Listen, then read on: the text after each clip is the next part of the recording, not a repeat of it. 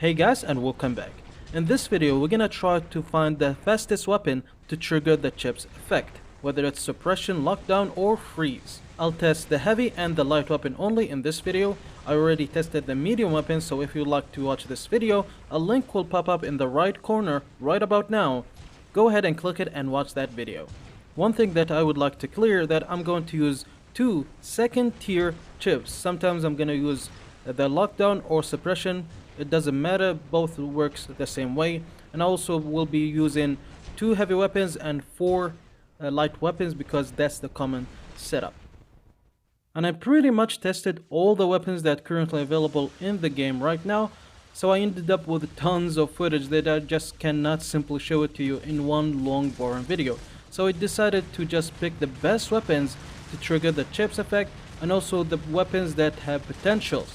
That means that they could have worked much better with a third tier chips. So let's get started, but before we do that, please consider subscribing if you haven't yet, hit the like button and comment.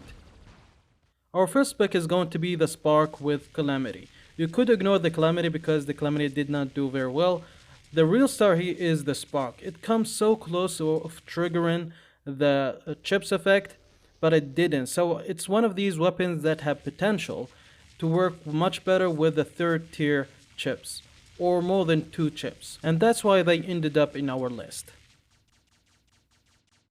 Next we got the Magnums with Redeemers, and this is kinda came off as a surprise for me. The Redeemers did not do very well, same as the Calamity, but the real star here again is the Magnum. The Magnums is killing it, and this is pretty much good news for the beginners and those who are in low leagues, because the Magnums cost less to own and upgrade. So I could imagine them level 12 working with drones chips. They're gonna be very efficient in low leagues. Moving on, here we have the Blaze with Ember, and this is kind of disappointing for me because neither the Blaze or the Ember did trigger the chips effect, and I kind of expected the Ember to be much better than the Igniter and the Blaze, but no, the Igniter is better than Blaze and the Blaze is better than the Ember, but yet they made it to our list because they do have the potential. I imagine them working much better with a third tier chip. Next we have the Halo with Glory, and both of them did very well.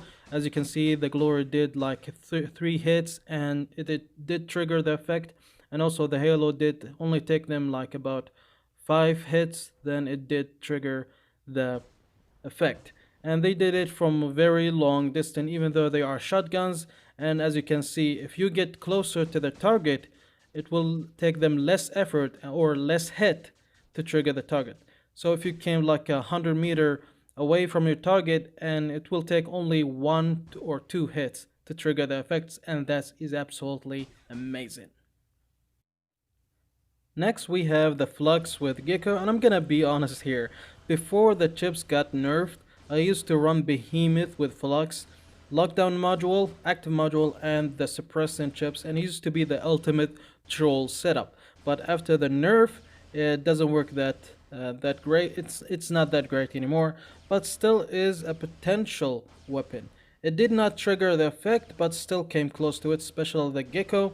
So imagine if you're using a third tier chips, that it will work much better. Now it's time for our final 2 weapons in our list, which is the Rime and the Glacier. Both of them work flawlessly, and they are one of the best because it doesn't take them that long to trigger the effect. So what did we learn so far? We have learned that the fastest heavy weapons to trigger the chips effect are Glory and Glaciers. There's no a third or a fourth rank. As for potential weapons, Ember and Flux, so they could work well with the third tier chips. As for medium weapons, Pulsars, Corona and Cryo, they are the top weapons.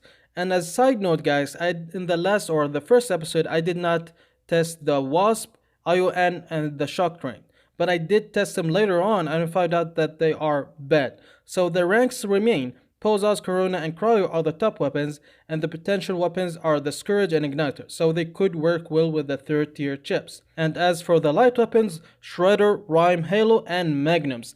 We didn't test the Shredder, yes, but I know for a fact that it does work just like a Pulsars, so that's why I added it. As for potential weapons, The Gecko, Spark, Blaze, they could work well with the third tier chips. So that's it, guys. I hope you learned a thing or two and enjoyed the process. That's the most important thing to me. Remember to subscribe if you haven't yet, like the video, and comment whatever comes to your mind. As for me, I'll catch you in the next one. Bye bye.